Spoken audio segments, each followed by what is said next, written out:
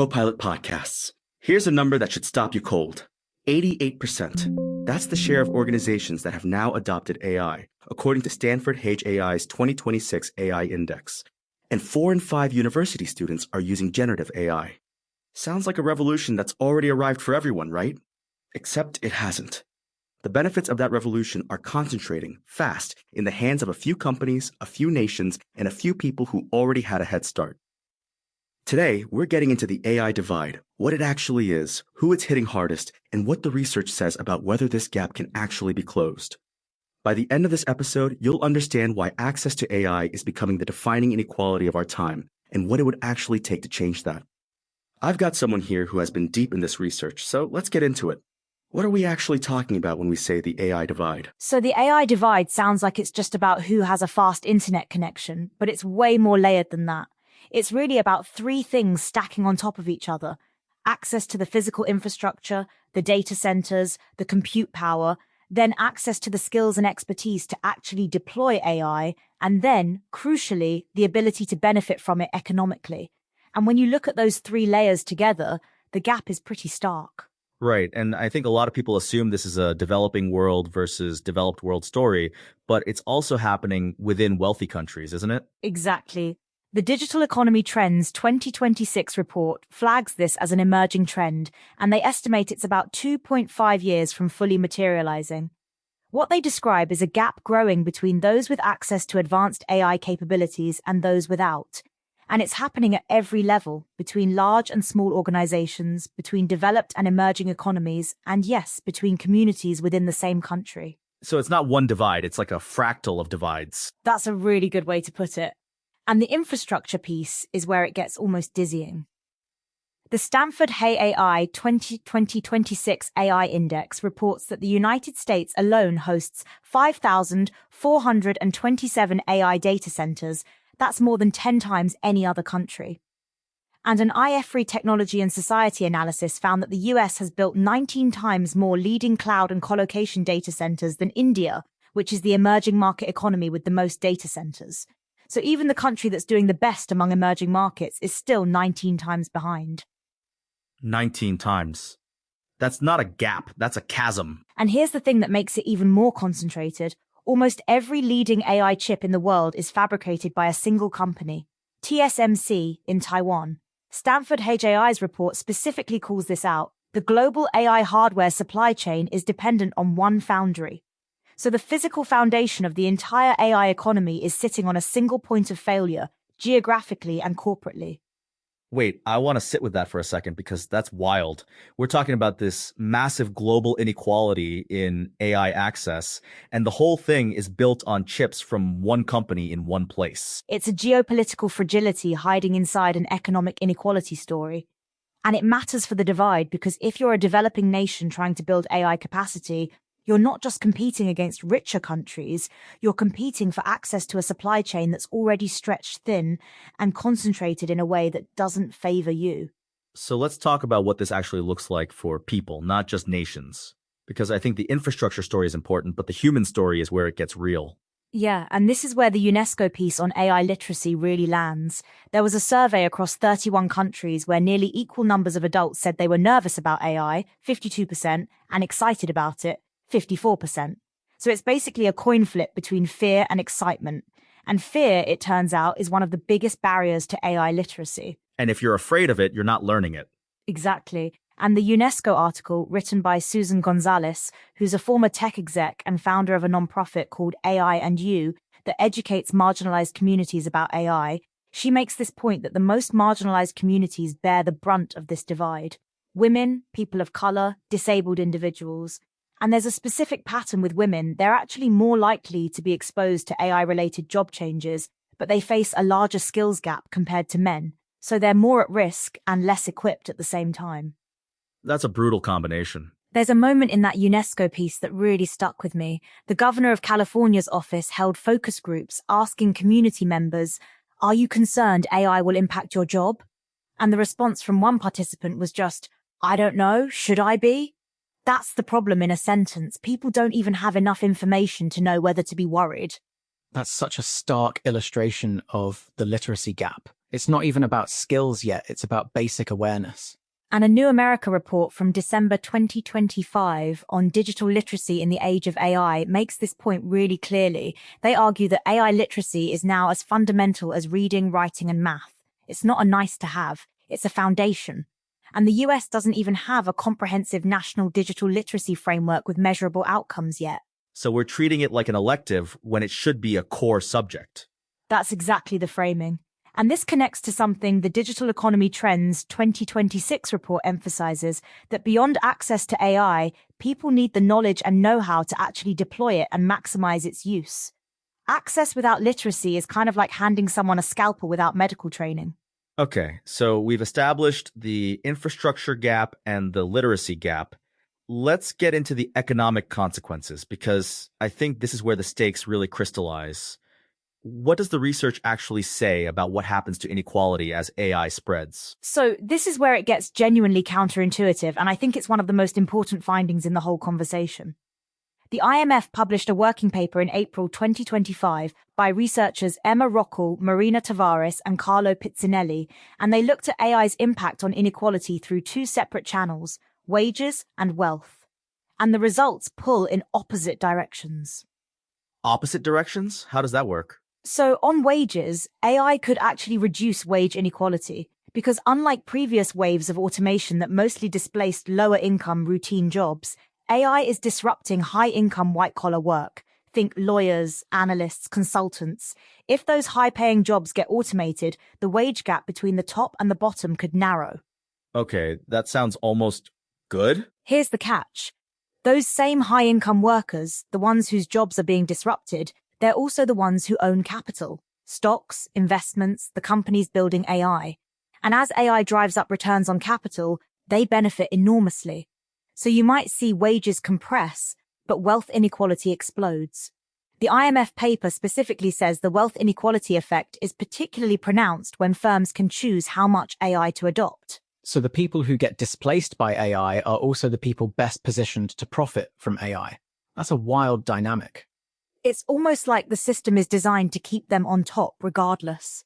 And the IMF researchers make this point that models which ignore the adoption decision, meaning who actually chooses to implement AI and how much, risk understating the trade-off policymakers face between inequality and efficiency. It's not a simple story. And then there's the global dimension of this, which I think is its own paradox. Walk me through the ILO numbers, because they really flipped my thinking. Yeah, so the IFLE Technology and Society piece cites International Labour Organization data showing that only 5.5% of employment in developing countries is potentially exposed to AI automation. Compare that to 26.6% in developed economies. So you'd think, okay, developing countries are safer, right? Less disruption. But that's not the conclusion. Not at all. The IFV analysis argues that developing countries stand to lose the most, precisely because they lack the digital infrastructure and AI skills to participate in the gains. Being less exposed to AI disruption doesn't protect you. It just means you're being locked out of the productivity revolution entirely.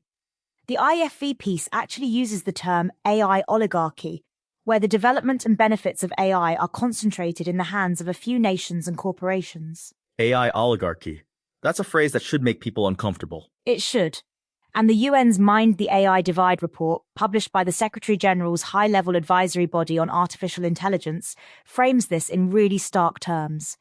They say the uneven adoption of AI is a critical issue that goes beyond economic growth. It impacts global equity, fairness, and what they call the social contract at the heart of social justice. This isn't just an economics paper, it's a moral argument. And I think that framing matters, because when you call it a social contract issue, you're saying this isn't just about GDP, it's about what kind of world we're building. Exactly. And the UN report specifically says that without targeted and concerted efforts to bridge this divide, AI's potential to foster sustainable development and alleviate poverty will remain unrealized. The technology has the capacity to help, but only if the conditions are deliberately created. Let me push back a little here, because I don't want this to be entirely doom and gloom. There are people making the case that AI could actually democratize things, right? That it's not all one-directional. That's a fair push, and it's an important one. The PNAS Nexus study, published in Oxford Academic, with researchers including Diran Asamoglu, makes exactly this point. Generative AI has the potential to both exacerbate and ameliorate existing socioeconomic inequalities. In education, it can offer personalized learning. In healthcare, it might improve diagnostics and accessibility. In the information space, it can democratize content creation. So the technology itself is neutral, it's the conditions around it that determine which way it cuts. Mostly, yes. And there's a genuinely hopeful data point from the World Bank. They note that computing power is actually highly tradable across countries. So a developing nation doesn't necessarily need to build its own data center infrastructure from scratch. It can access compute from other nations. That's a real opening. And the open source angle is interesting too, right? Because if the most powerful models are locked behind expensive subscriptions or proprietary systems, that's one kind of world. But if open source models scale up, that changes the calculus significantly. The Digital Economy Trends 2026 report specifically calls out scaling open source AI models and interoperable frameworks as a key lever for a more balanced global AI landscape. The idea is that different economies and innovators can customize solutions efficiently without being dependent on a handful of big tech companies. although, and I want to be honest about this, even open source models require compute to run. And compute requires infrastructure, and infrastructure requires investment. So it's not a complete solution on its own. Right, it's a necessary but not sufficient condition. And that's kind of the theme running through all of this research. There's no single lever. The Digital Economy Trends report lays out 5 key drivers: digital infrastructure, digital innovation, digital capabilities, meaning skills, industry transformation, and work-based learning pathways. You need movement on all of them simultaneously. That's a lot to coordinate. And I think the PNS Nexus study makes a sobering point about existing policy frameworks. What did they find when they looked at the EU, the US, and the UK? They found that each of those frameworks fails to fully confront the socioeconomic challenges they identified. So even the most advanced regulatory environments in the world are not yet adequately addressing the inequality dimensions of AI. That's a significant gap between where policy is and where it needs to be. And meanwhile, AI capability is not waiting for policy to catch up. Not even close. Stanford HAI's 2026 AI Index is pretty unambiguous on this. AI capability is not plateauing, it is accelerating. On a key coding benchmark called SWE Bench Verified, performance went from 60% to near 100% in a single year. AI agents went from 12% to about 66% task success on real computer tasks in a comparable timeframe. The technology is moving faster than the institutions designed to govern it. And here's something I find almost philosophically interesting about that acceleration. Stanford HAI also noted that AI can win a gold medal at the International Mathematical Olympiad, but it still reads an analog clock correctly only about half the time. So the intelligence we're all scrambling to access is itself deeply uneven. They call it the jagged frontier of AI, and I think that's actually a useful concept for the inequality conversation too. Because the AI divide isn't uniform either. Some communities might benefit enormously from AI in healthcare while being completely left out of AI-driven economic gains. It's jagged all the way down. That's a really useful frame. So when we talk about closing the divide, we have to be specific about which dimension of the divide we're talking about. Exactly. And I think the workforce piece is where it's most urgent right now, because that's where people feel it most immediately. The analysis from Saurabh Gaswala on the AI workforce gap describes 2 distinct groups emerging: those embracing AI and acquiring relevant skills, and those who are not. And the argument is that those who are not, whether by choice or by circumstance, risk prolonged unemployment or underemployment as AI continues to advance. And the by circumstance part is what I keep coming back to, because it's easy to say just upskill, but the barriers to acquiring AI skills are real.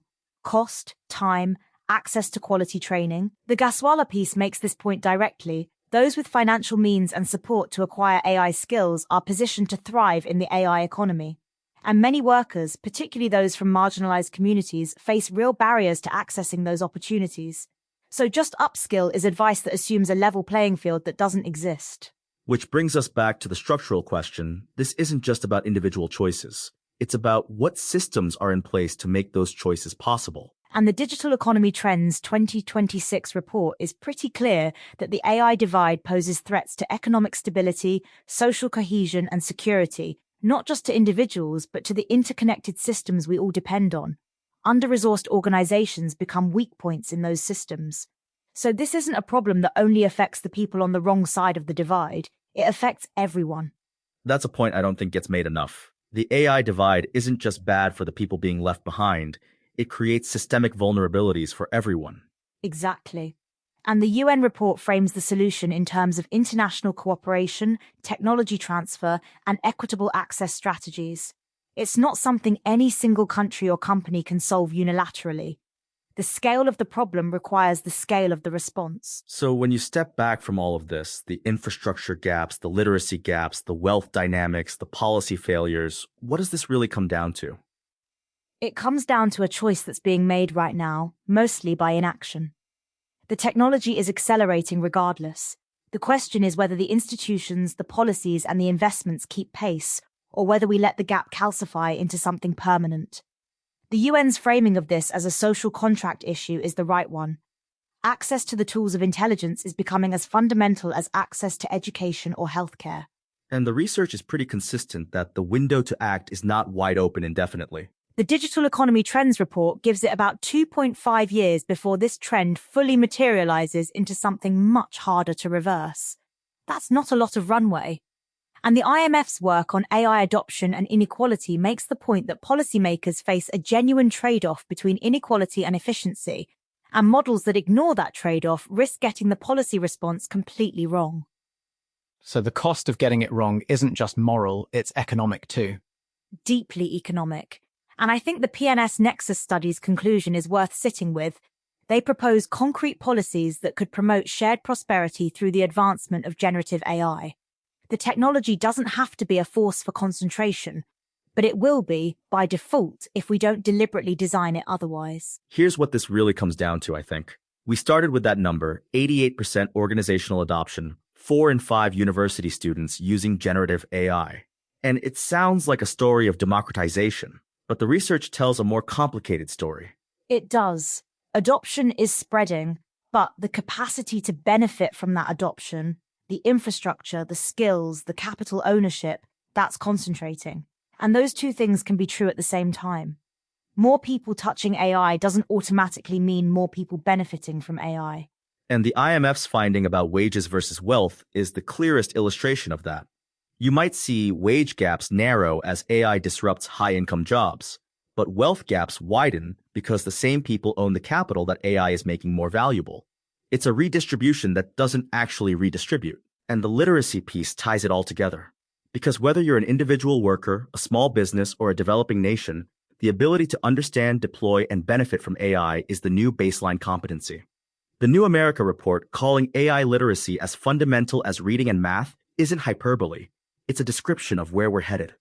So what's the actionable takeaway for someone listening to this right now? Not a policymaker, not a CEO, just a person trying to figure out where they stand. Start building AI literacy now, not because AI is going to take your job tomorrow, but because the gap between those who understand it and those who don't is widening every month. And advocate for the structural stuff too. Open source models, accessible training pathways, policy frameworks that actually grapple with the inequality dimensions. Individual action matters, but it's not enough on its own. And I'd add, pay attention to who's building the AI you're using, who owns it, and who benefits from it. Because the IFEP's concept of an AI oligarchy isn't science fiction. It's a description of a trajectory that's already underway. The concentration of AI capacity in data, compute, and expertise is already amplifying global inequality. The question is whether we treat that as inevitable or as a design problem with design solutions. I love that framing. A design problem with design solutions. That's the note I want to end on because it means this isn't fixed. It's a choice. It's entirely a choice. And the research from the UN, the IMF, Stanford, UNESCO, they're all pointing in the same direction. International cooperation, technology transfer, open innovation, and real investment in AI literacy. None of that is technically impossible. It's politically and economically difficult, but it's not impossible. We started this episode with 88% organizational adoption sounding like a success story. And in some ways it is. AI is reaching more people than ever, as Stanford HAI puts it. But reaching more people and reaching people equitably are two very different things. The divide isn't about who's heard of AI, it's about who gets to shape it, own it, and benefit from it. And right now, that answer is not enough people. Thanks for being here for this one on Copilot Podcasts. And if that California focus group answer is still ringing in your head, I don't know, should I be? Let that be your signal. The time to find out is now, not later.